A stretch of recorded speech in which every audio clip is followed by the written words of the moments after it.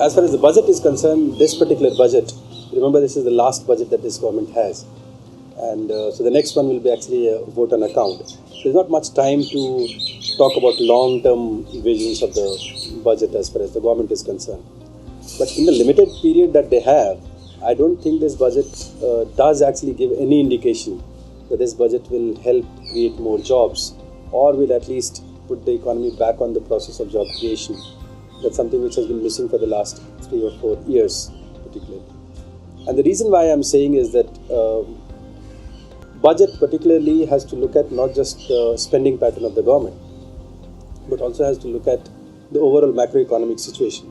And the macroeconomic situation in that sense is basically struggling as far as the private investment is concerned, the demand in the economy is concerned, the export performance is concerned, the credit offtake is concerned. All these factors are as important as the budget as far as job creation is concerned.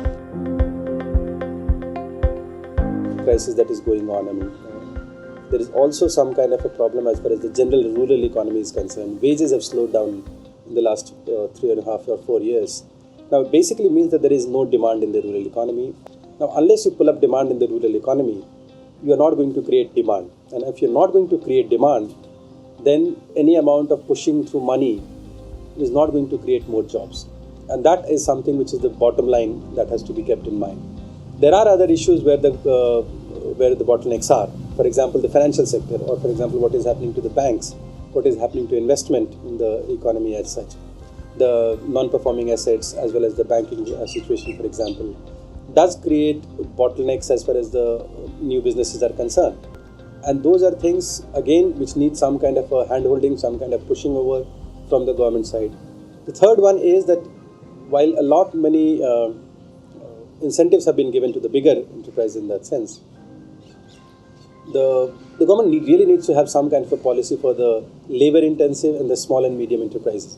They are the ones who are going to create jobs, and that they are the ones who are actually going to create jobs as far as the volumes are concerned. Our problem is not the quality or the jobs to be created only at the top end of the distribution, but we are talking about millions of people who are moving out from, say, agriculture or from the rural economy in the low end of the spectrum, and they are the ones who have to be provided jobs.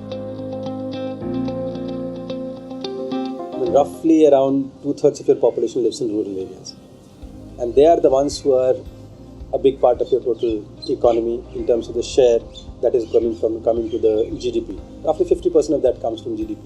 And if they are the ones who are not demanding, then there is certainly a problem of the demand. Now, can this demand be covered by the demand that is being created in the urban areas or in the top end of the spectrum? It is unlikely, simply because, and that simply happens because the nature of demand that is there. For example, in the rural areas, and a bulk of the rural areas and the agriculture sector particularly, the demand that is created, that demand is more likely to create more jobs than the demand which is created in the, say, urban areas or top end of the distribution. There is a huge amount of leakages that happen. So the moment you buy goods and services which are imported, those are the ones which are leaking out. The demand is basically leaking out. On the other hand, the demands which are created in the rural areas, more or less a large amount of that remains in the domestic economy, and it creates a kind of a demand for labor-intensive industries. For example, in construction, where people are upgrading their houses, or for manufacturing also, which are low-end manufacturing, which are again labor-intensive, or services which are again labor-intensive services rather than the ones which are more capital-intensive and more technology-intensive kind of industries. So we really need to focus on those ones, and those are the ones which will basically create a sustainable model of employment creation.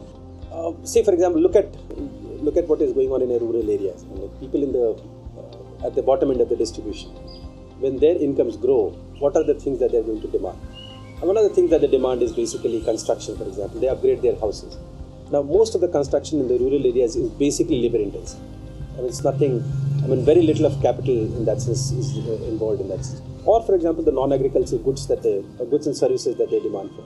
They are asking for basic goods. They are not asking for. So they will be asking for, say, for example, electric fan, or for example, electric cooler, or bulb, or those kind of things. On the other hand, the richest section of the population. So in terms of basic leakages, that is why the multiplier impact of an increase in demand in the rural areas is always much higher than the multiplier impact of the similar amount of expenditure in the urban areas or in the top end of the distribution. You can multiply. I mean, there are a number of examples which are there.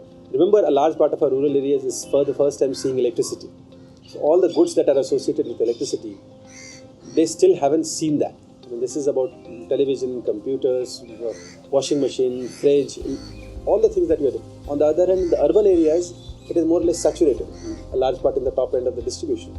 And there it is more of an increase in quality rather than a bulk increase in volumes. It is in some senses linked to the way the economy is structured. There is a huge amount of inequality that exists in the economy.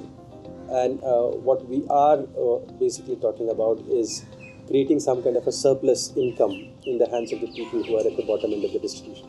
And that is something, it happens in almost all economies. As economies move, then the demand basically moves from the food economy to the non-food sector, the non-agricultural sector. But that process is going on, but that process needs to be accelerated. That can only happen when there are more surplus in the hands of the people at the bottom end of the distribution. That can be done by providing some kind of a, maybe you can call it as a subsidy, or maybe you can call it as some kind of an incentive structure where they are encouraged to produce those kind of goods and services. Not just the kind of tax incentives that we are talking about in the urban areas or in other places. But in these places, the big problem is also about credit, also about access to credit. It is not just the rate of interest that we are talking about. We are talking about their ability to be able to take part of the, to upscale their enterprises, which are really at a very, very small level. Those things will require not just the budget. They will require a kind of a policy which favors some of these industries against the big industries which are not going to create that much.